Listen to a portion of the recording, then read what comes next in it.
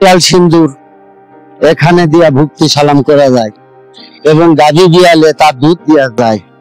এই যে দেখেন বাচ্চা কাচ্চা হচ্ছেন এখনো এই পুকুরের পানি খায়া, তাও আল্লাহর রহমতে আল্লাহ বাচ্চা কাচ্চা।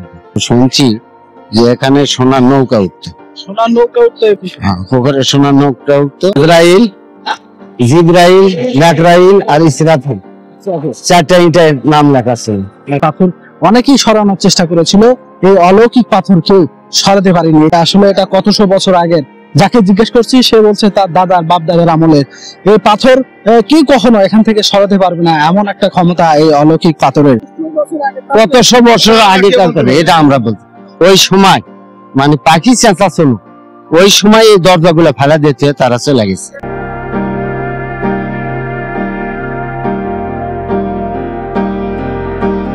সুপ্রিয় দর্শক, আসসালামু আলাইকুম।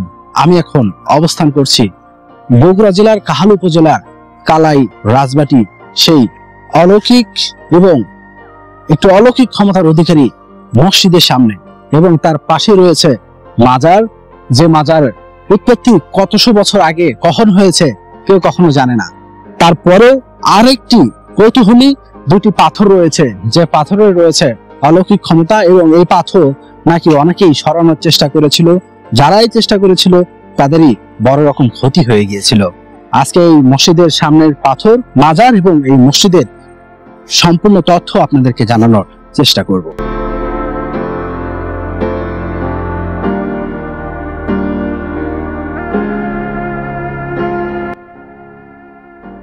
বগুড়া কাহালু উপজেলার রাজবাটি গ্রাম, যে গ্রামে রয়েছে অলৌকিক এক পাথর, যে পাথর অনেকেই চেষ্টা করেছিল নিয়ে যাওয়ার জন্য, কিন্তু তা পারেনি কখনো। আবার অনেকেই বলে রাতের আধারে সে পাথরকে আর দেখা যায় না, আবার দিনের বেলায় দেখা যায়। অলৌকিক সেই মসজিদের পাশে রয়েছে এক পুকুর, যে পুকুর থেকে নাকি সোনার নৌকা ভেসে উঠত। যে যা চেত সেই পুকুর থেকে তাই পেত।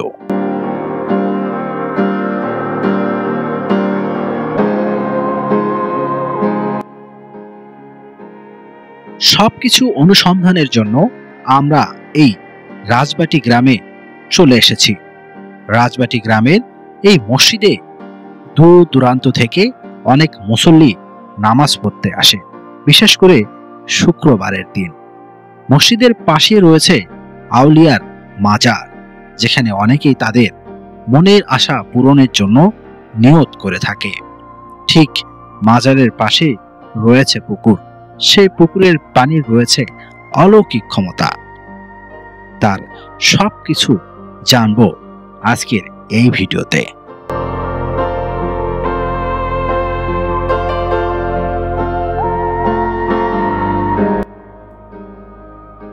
আসলে পৃথিবীর কোথায় কোন আশ্চর্য এবং অলৌকিকতা লুকিয়ে আছে আমরা কেউই জানি না, কিন্তু অনুসন্ধানে অনেক কিছুই বেরিয়ে আসে, প্রাচীন ইতিহাস এবং ঐতিহ্যের কথা। চলুন আজকে এই ভিডিওতে এখানকার ইতিহাস জেনে নেওয়া যাক।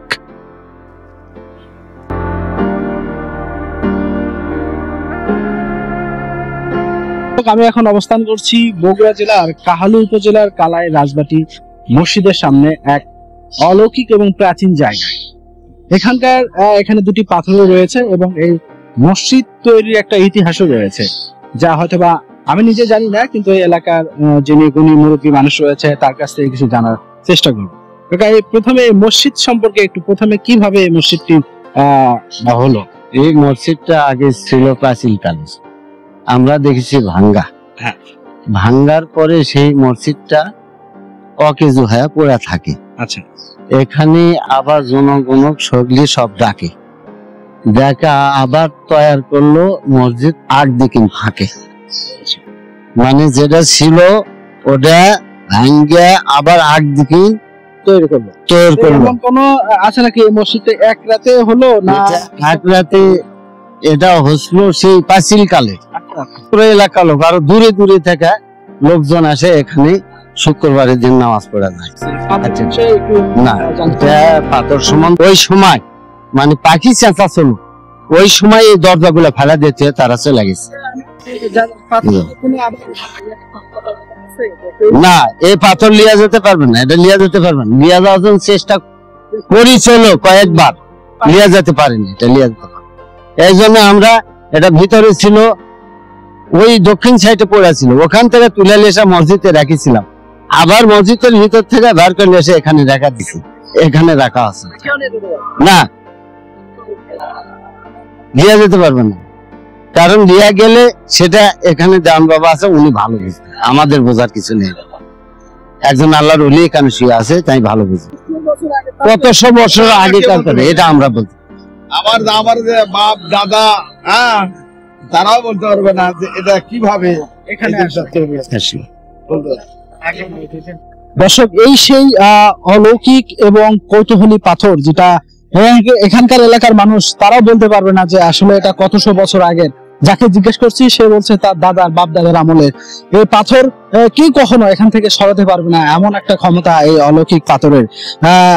কেউ এটা নেওয়ার চেষ্টা করলেও তা নাকি অনেক ক্ষতি হয়ে যায়। এই পাশে আরেকটি পাথর রয়েছে, আপনাদেরকে দেখাই। ঠিক মসজিদের সামনেই এই দুই পাথরের অবস্থান। দেখেন, এই পাশে আরেকটি পাথর রয়েছে। এই পাথর প্রায় শত শত হাজার বছর আগের পাথর। এই পাথর অনেকেই সরানোর চেষ্টা করেছিল, এই অলৌকিক পাথর কেউ সরাতে পারেনি। এটি বগুড়ার কাহালু উপজেলার কালায় রাজবাটি মসজিদের সামনে এখনো অবস্থান করছে। যেই এই পাথর সরানোর চেষ্টা করেছে তার ক্ষতি হয়ে গেছে, অনেক বড় রকমের ক্ষতি হয়ে গেছে পাথর সরাতে গিয়ে।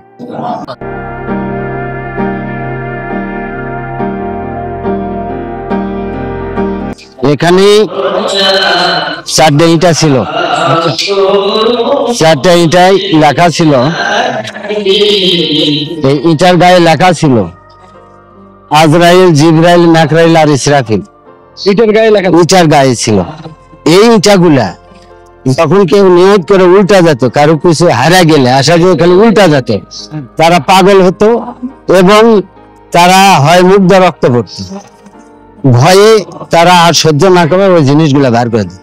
এইগুলো এখন আর নাই, আছে একটা আছে, কই আছে সেই? সেটা বাংলাদেশ লেখা আছে এখন বর্তমানে, এখানে আছে। হ্যাঁ, আরবি দিয়ে আছে, বাংলাদেশ আছে, এটা মাজারের ভিতরে আছে, মাজারের, এটা দেখান যাবে না, এটা আছে। এখানকার মাজারের আপনার সন্ধানটা পেলেন কিভাবে? এটা পূর্বপুরুষ থেকে হয়ে আসতেছে, এটা মাজারটা এনারা খোয়াবে, এই মাজারটা যা পূর্বপুরুষ থেকে এটা দেখাইছে এবং দেখানোর পর থেকে এটা শুরু হয়ে গেছে। ওই যে ইটা আছে ওখানে, ওই যে, তার মানে ইট কয়টা ছিল? 4টা ছিল, তার মধ্যে একটা আছে, ওই বাংলাদেশ লেখা আছে, বাংলাদেশ লেখা। ওটা বাংলা। ইটের কি বৈশিষ্ট্য ছিল? আজরাইল, জিবরাইল, মাকরাইল আর ইসরাফিল, 4টা ইটার নাম লেখা ছিল। তার মধ্যে এই মসজিদ যখন আমি ভাঙ্গার সময় আমি স্টিল ছিলাম, ওই সময়ে মানে 3টা ইটা পাওয়া যায়নি, ইসরাফিল নামে একটা ইটা পাওয়া যায়। সেই ইটাটাও আমরা মসজিদের ভিতরে রেখেছিলাম। এটা পরে শুনলাম যে এটা উপর থেকে টিউন সাহেব এসে নিয়ে গেছে।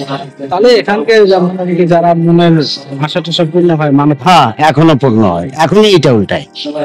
হ্যাঁ, এখনো এই যে এই সাইডে যে পাতলা ইটা গুলো আছে এগুলো উল্টা। আচ্ছা আচ্ছা, উল্টা থিয়া নিয়ত করে চলে যায়, তাদের কাজ হয়ে যায়, এখনো কাজ উল্টে রেখে গেলে হ্যাঁ কাজ হয়ে যায়, পরে আবার এসে সিন্নিশালা পরিশোধ করে আবার সিধা করে রাখেন।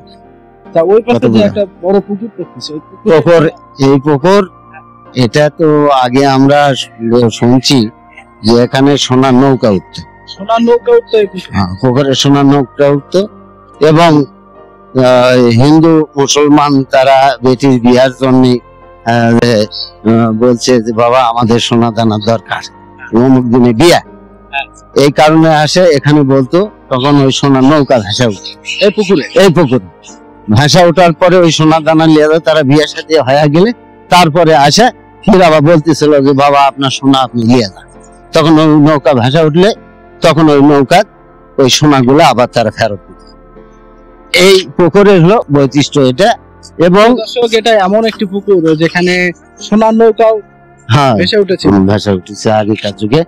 তারপরে এখনো এই পুকুরের পানি কেউ যদি নিয়ত করে খায় যে আমার বাচ্চা কাচ্চা হচ্ছে না, এখনো এই পুকুরের পানি খায়া তাও আল্লাহর রহমতে আল্লাহ বাচ্চা কাচ্চা হয়, এখনো হয়, হতেইছে, এখনো বাস্তব হতেইছে। এখনো তাহলে বিভিন্ন জায়গা থেকে মনে হয় লোকজন আসে, বুঝা পারছেন? আছে এই দুটা পাথর কেউ এটা নিয়ে যেতে পারে না এবং নিয়ে যাবেও না, কারণ নিয়ে গেলে তাদের অবস্থা খারাপ হয়। এই কারণে বাইরেই পড়ে আছে, কেউ ভুলেও এক বলায় না।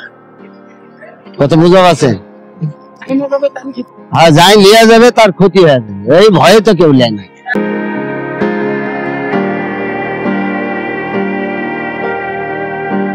এনারা দীর্ঘদিন হলে তারাও এখানে ভক্তি সালাম করে চলে এবং তারা অলৌকিক কি দেখে এবং কি জানে তারাই ভালো বোঝে। এখানে দেখেন এই যে ওনারাও তেল সিন্দুর এখানে দিয়া ভক্তি সালাম করা যায় এবং গাভী বিয়ালে তার দুধ দেওয়া যায়। এই যে দেখেন, তাহলে ওনারা এখানে সালাম ভক্তি করে, কারণ এনাকারে যে মনে নিয়ত যেটা সেটাও ওনাদের পূরণ হয়, ওনাদের নিয়ত পূরণ হয়ে যায়। কারণ একদিন আমরা দেখেছি যে মাদেসার ঘরের সামনে বৃষ্টি আছে, আপনার হলো কার বিয়ার গাড়ি আছে, ওখানে আসা সে পৌঁছ গেছিল হিন্দু করে বিয়ার গাড়ি পৌঁছ গেলে তখন মানা মানসত করে অনেক চেষ্টা করছে, পারিনি, লাস্টে যা মানা মানসত করে তারপরে সে গাড়িটা উঠায় গেছে এখান থেকে। ওই থাকা ওদের মধ্যে আরো ভয় বেশি, কত বোঝা পাচ্ছে? তাহলে এখানে আমরা হিংসা কিনা করে আছে ইয়া করে এটা করি না।